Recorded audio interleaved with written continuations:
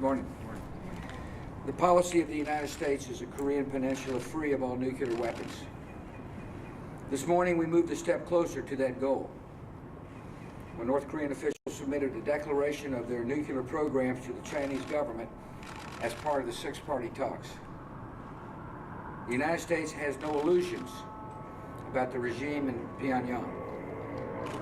We remain deeply concerned about North Korea's human rights abuses, uranium enrichment activities, nuclear testing and proliferation, ballistic missile programs, and the threat it continues to pose to South Korea and its neighbors.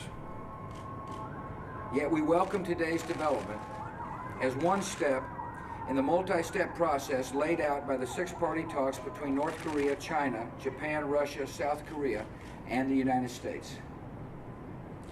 Last year, North Korea pledged to disable its nuclear facilities. North Korea has begun disabling its Yongbyon nuclear facility, which was being used to produce plutonium for nuclear weapons.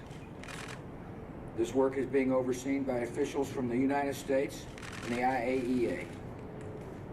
And to demonstrate its commitment, North Korea has said it will destroy the cooling tower of the Yongbyon reactor in front of international television cameras tomorrow.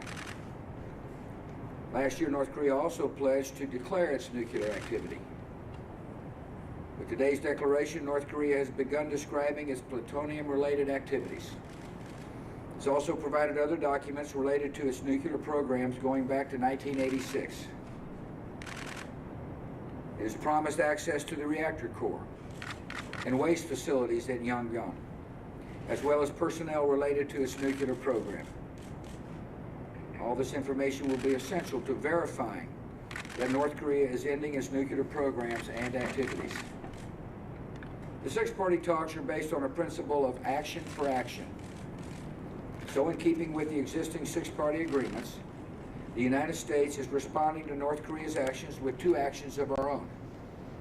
First, I'm issuing a proclamation that lifts the provisions of the Trading with the Enemy Act with respect to North Korea. And secondly, I am notifying Congress of my intent to rescind North Korea's designation as the state sponsor of terror in 45 days. The next 45 days will be an important period for North Korea to show its seriousness of its cooperation. We'll work through the six-party talks to develop a comprehensive and rigorous verification protocol. And during this period, the United States will carefully observe North Korea's actions and act accordingly. The two actions America is taking will have little impact on North Korea's financial and diplomatic isolation.